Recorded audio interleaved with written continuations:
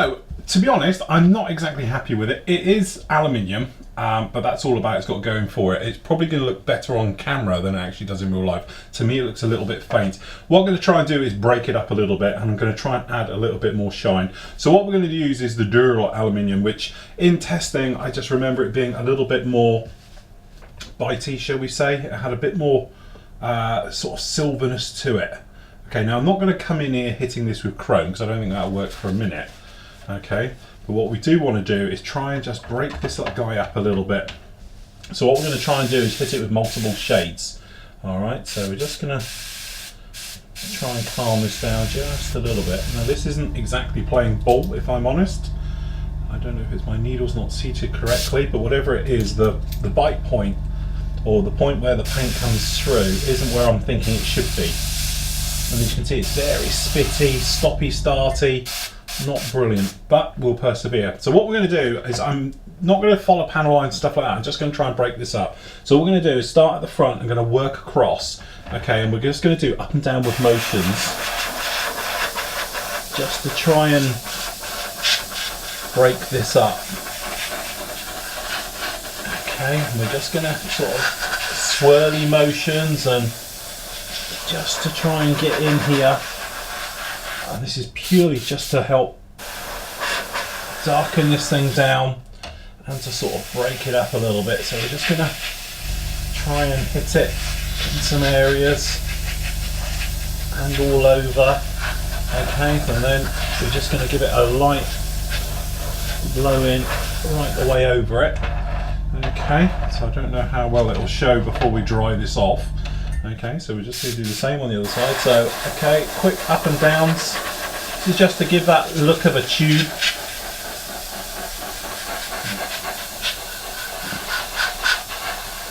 Okay, okay, zipping around.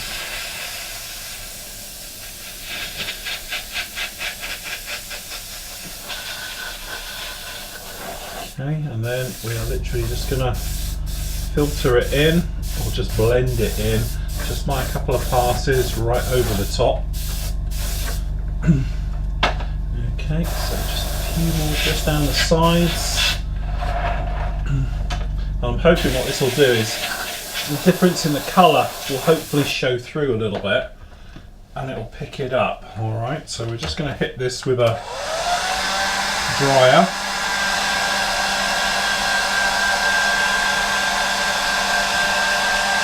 It does tend to come back to you once you've given it some heat and it's all totally dried out.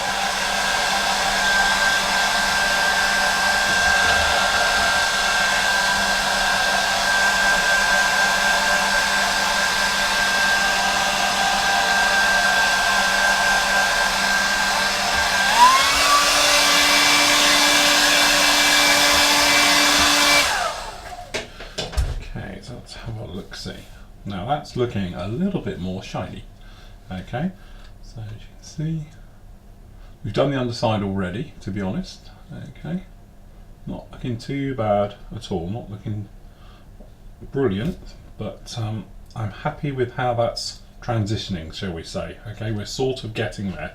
So what I'm going to do now is kind of risk masking it and then hitting it with the same colour but more specifically. That way we should get a lot more definition. Okay, but to start with, since we've got a little bit left in here, I'm just going to try and do a few panel lines. But my problem is that it's very late on the trigger pull. Okay, so it's almost impossible to know where this is going to come through because it's not flowing as you'd want it to. Because when it comes through, it's huge.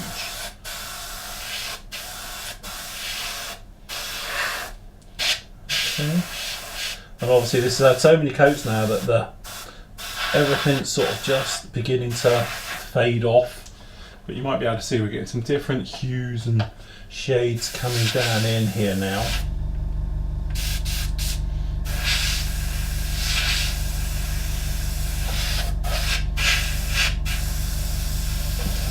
Try and pick out various panels being slightly different. So this is just a blend and to break it up a little bit and to stop it looking like a brick. So all we're doing is post shading instead of pre shading.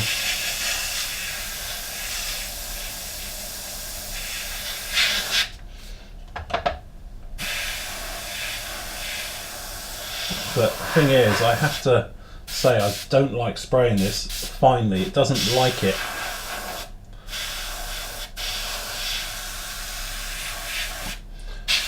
So haters don't hate, but this isn't actually easy stuff to work with compared to the AK stuff, which, to be honest, is literally point and shoot. This is a little bit more hard work, okay? Purely because it's acting, I suppose, like an acrylic, so you get unusual sort of difficulties with an acrylic. But hopefully you can see the sort of changes that we're trying to do in here and things like that. So I'm happy to leave that for a minute.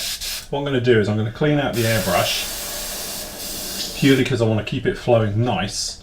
Okay, so we're just going to give this a clean out and all the rest of it, and then we're going to come back in with some light masking just to see how this stands up to masking.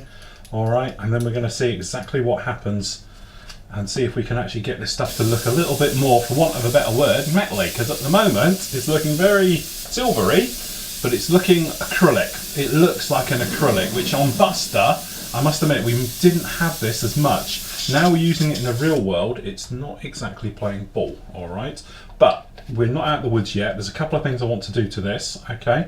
But it's working, and it's silver, and it's the best acrylic silver I've seen, but it's not as good at the moment as perhaps other things. But still on the plus side, no smell. In fact, it smells very nice, okay? And there's not much in the environment either. There's not a huge amount of overspray, and it's flying around the atmosphere and all the rest of it. Even though we've had the spray booth on, it's not giving us too much of a problem.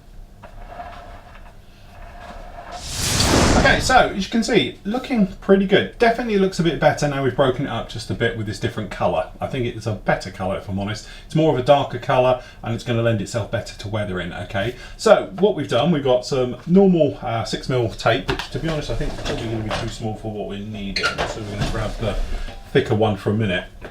But let's just have a go and see what happens when we put a little bit of this down, okay? So down in here, straight out the bottle, so it's neat. Okay, we are just going to literally blow in that area just to see, one, what colour it is against what we're using, and secondly, just to see how it actually stands up to being masked. Okay, so that one's on. So the first thing is I'm looking at the back of the masking tape to see if there's any residue coming off, of which there is none. Okay, then we're looking at, obviously, is making sure we're not peeling anything. Okay, so from a colour point of view, it's pretty close to what we've done. It's had a light shade over it, so I think if you were to be doing this, you might want to sort of darken it down just a little bit, which is something we're going to look at in a moment, and try and just turn different shades and tones and things like that. But generally, it stood up to masking okay. So what we're going to do is, I think we're going to pick a different colour. So magnesium, I've got a feeling is going to be a little bit strong.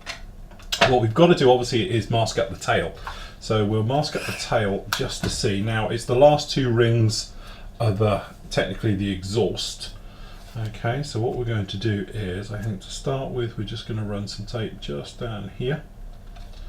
Okay, so we'll just pop a bit of that down that side and a bit over the top. This is just to protect the line itself. Okay, and then we can come in afterwards. So usual thing with this, doing it back of the hand, just run the tape down it just to take off some of the actual tack, because obviously there's no point, you know, putting neat tape down because it's not gonna want to go on. Okay, so that's both of those on, and then what, to be honest, I don't think we're going to need to risk something really wide. But what we'll do is we're just going to come in with two of these. Okay, so we're just going to stick them down. Now these are quite tacky, to be honest, and we're not just saying that because of the feel of them, the actual tackness of it. Okay, so onto that ring. Okay, what we do, we just divert that one off to one side. again, tack off.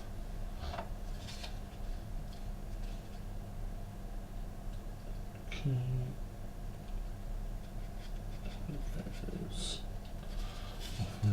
Now this rear one, I'm not quite sure how it is. So what we'll do is we're just gonna just put a tiny bit of tape on the back side here, and we'll run it around to the front. Okay, that's fine, and just a little bit more just over this front.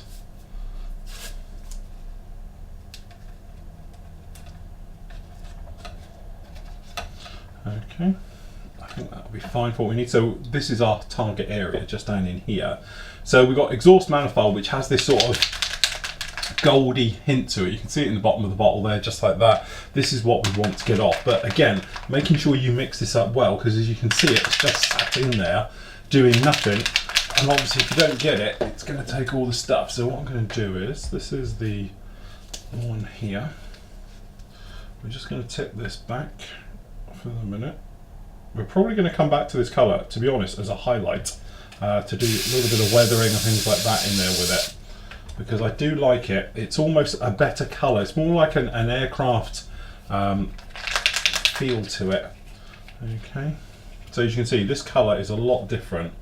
So it's got more of an engine colour. All right. Okay, so that's through. So what we're going to do, just trying to keep it localised.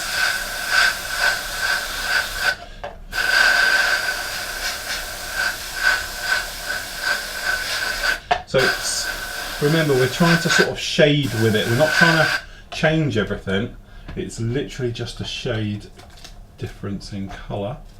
So obviously we're just being very careful how we unmask. And what I'm going to do is a few with you here, just so we can see how it's masking, how it's performing. Okay, now I won't take those off, but you can see that's actually quite a nice colour, because we're going to come back and post shade it, so to speak, with a silver to lighten it up and to give it some variations and tones and everything else. But hopefully, as you'll agree, we're having no problem with painting over things. So we're just going to reuse the tape just down on the sides here. Okay, we'll just redo this top. So you have a bit of this stuff. And what I'm going to do then is start to run around it all, and I'll come back to you periodically to just let you know how we're getting on, just so we can have a look at how it's masking up, how it's standing up to masking, how it's actually performing, and everything else like that. Okay, so we just need to work out this one here. Okay, so we're just going to like that. Alright.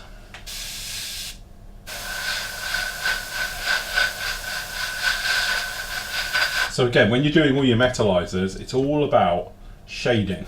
Okay, so it's not about painting it, you're just trying to shade it, overcoating and everything else. So it doesn't actually have to be that precise, but obviously you've got to watch your overspray. Okay, so just think about how it's going down, where you're painting, where it's going to, okay, and everything else like that.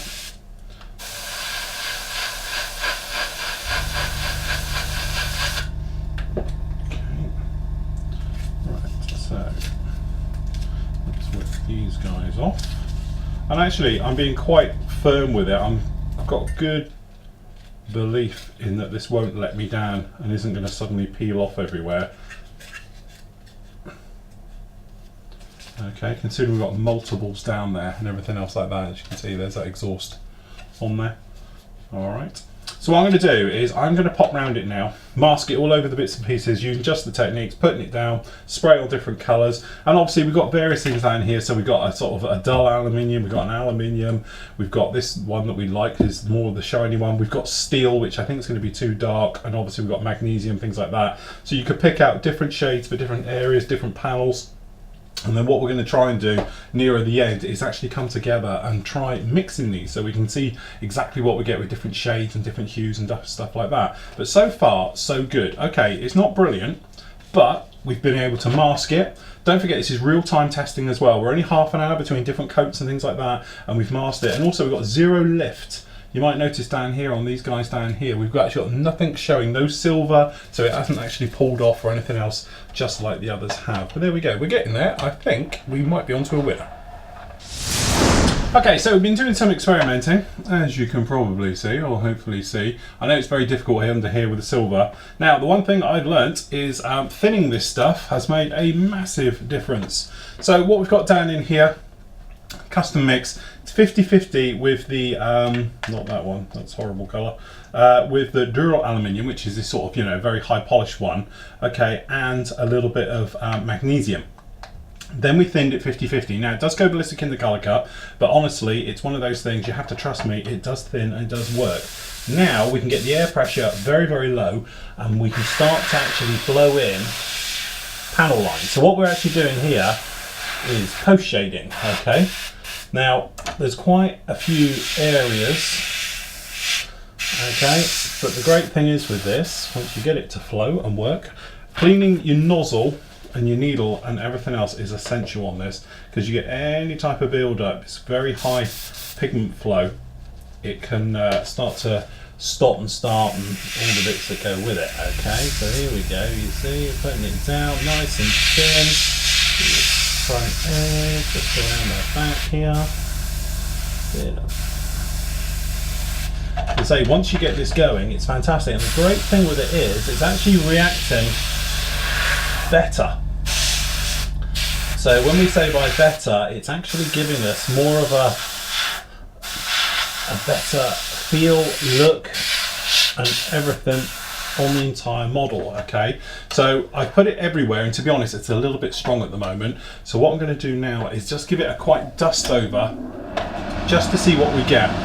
Okay, so we've got it down here on the underside and everything else. So what we're going to do is like a filter in. So we're just going to give this colour, because actually, I quite like the colour. Secondly, is that it's giving us more of a better metal finish. Okay, so this will just blend everything nicely together, and then hopefully give us a better metal look. Okay, and don't worry too much if you go in too wet, because it will dry.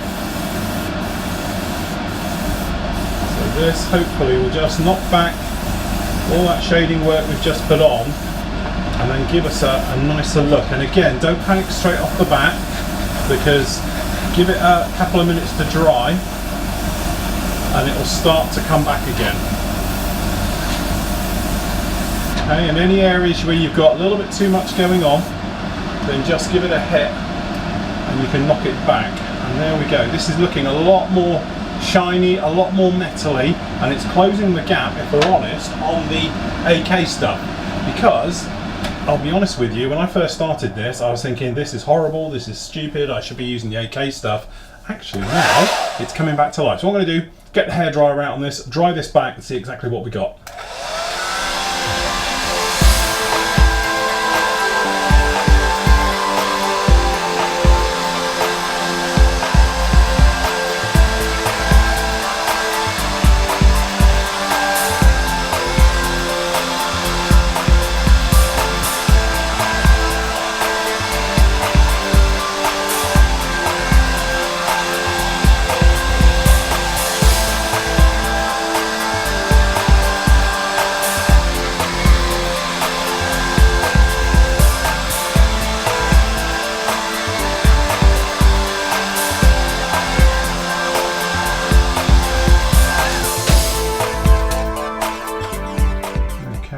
Actually, I am liking this. This is really coming to life now, really looking the part, got no problems with it at all. And I have to say, this is totally handleable. I'm quite happy to grip it now and hold on to it. We're getting, you know, just looking at my hands, as you can see, minimal overspray, a little bit of silver, but nothing like we get with the AK stuff. Again, we've got no smell here. Everything's fine. Everything's working really, really well. So what I'm going to do is I'm going to let this dry for the next hour. Then we're going to come back, okay, and we're going to mask up and put the green areas all in, so we can actually put the green at the top and on the bottom of the fin and then things out like that. Then we're going to actually then try and overcoat this to seal it down. Once it's all sealed down, then we can come in obviously with decaling, we can come in with washes, and then any post shading, which I think we may need a little bit of post shading just to liven it up. But generally, I do have to say, hopefully you can see it, it's actually starting to work. It's coming together. Okay, so MIG looking fantastic. I have to say the handleability of this and durability of the actual paintwork is amazing. I'm not saying it's the easiest paintwork to work with and everything else, and obviously we've had lots of problems doing this, but from a point of view of looks, because actually I'm thinking the colour looks pretty good to me, I must admit. First doing it, I wanted it to be a bit more shiny, a bit more metally. Now I'm seeing it, it's a little bit more realistic, okay? Obviously this thing over time as well, as it's being handled, it's been polished by the hands and everything else, it's getting more of a sort of a better luster and patina to it. The other thing as well is durability. This stuff is as hard as nails, and I mean it. This has been handled now for probably well over a week, continuously every day. A lot of people have seen it, a lot of people have picked this up. A couple of cases, people have even dropped it, and it's absolutely fine. So no problem at all with it. So from that point of view, it's head and shoulders above something like we've been using before, like the extreme metals, because that we've sort of worn through in no time at all. This is being handled same places generally all the time, and we've got not even a hint of it wearing through. So kudos to them. Right, next up, we're going to give this a wash. Now, a lot of people talk about pin washes, weathering washes, and all the rest of it. Obviously, I'm going to be using our wash. So what we got down here is a bottle of dark dirt. To be honest, I've had this bottle for so long, it's separated and really, really thick at the bottom. So I've given it a damn good shake to wake it up, all right? A pin wash and a weathering wash are basically the same thing. The only difference is how much you're going to literally leave behind. In the old days, people used to use a pin wash, and for that you might use a very thin acrylic or enamel paint and touch it into all the panel lines and let the capillary action flow around in the capillary action. The drawback to that was that if you weren't precise with it, as in a pin wash, you might stain and weather perhaps an area you didn't want it to have on it, okay? So by taking care and literally just dabbing it exactly where you wanted it, you could be very, very precise. Now, with my stuff, you know, the whole reason I invented this and came up with the idea of using clay and all the rest of it is so you can chuck it everywhere and just wipe it off. It all depends on the surface that it's going down onto.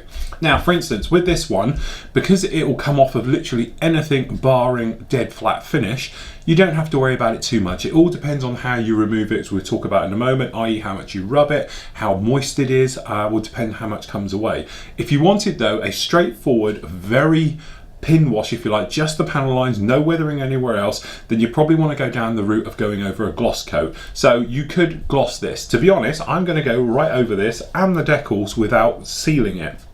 I wouldn't recommend that necessarily. I think I would recommend a case of, right, okay, perhaps sealing it down first, then going over it. So you could put down a gloss, obviously a nice shiny finish, it will just be your panel lines. You can go over a satin or a semi-gloss finish. You're going to get a little bit of weathering because the clay will get caught in the texture. But again, you could go back to a pin wash, no problem at all. Your last option, of course, is probably not on something like this, on a sort of metal finish, but if you're doing normal aircraft, something else like that, you're probably going to go in over a flat coat. Now, the flat coat means that the clay, the particles, the pigment, and all the bits and pieces get caught in the texture and give you a grimy, weathered look. We've covered it a lot before. Have a look at our other videos on it, because there's loads on it over grimy finishes, but to be honest, we haven't done much over shiny. So, usual thing with this, what you need to do is make sure you've got a nice clean brush. So in here, we've just got normal water, that's distilled water in there, to be honest, and we've got a clean brush. Now this was cleaned, to be honest, by our very own Adam on the live show, so now I'm going to see how clean it is.